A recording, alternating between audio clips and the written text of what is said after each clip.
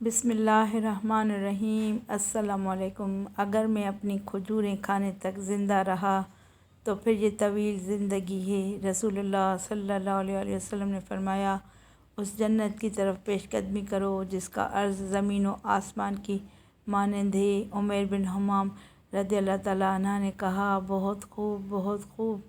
رسول اللہ صلی اللہ علیہ وسلم نے فرمایا، تمہیں یہ بات بہت خوب، بہت خوب کہنے پر کس چیز نے آمادہ کیا؟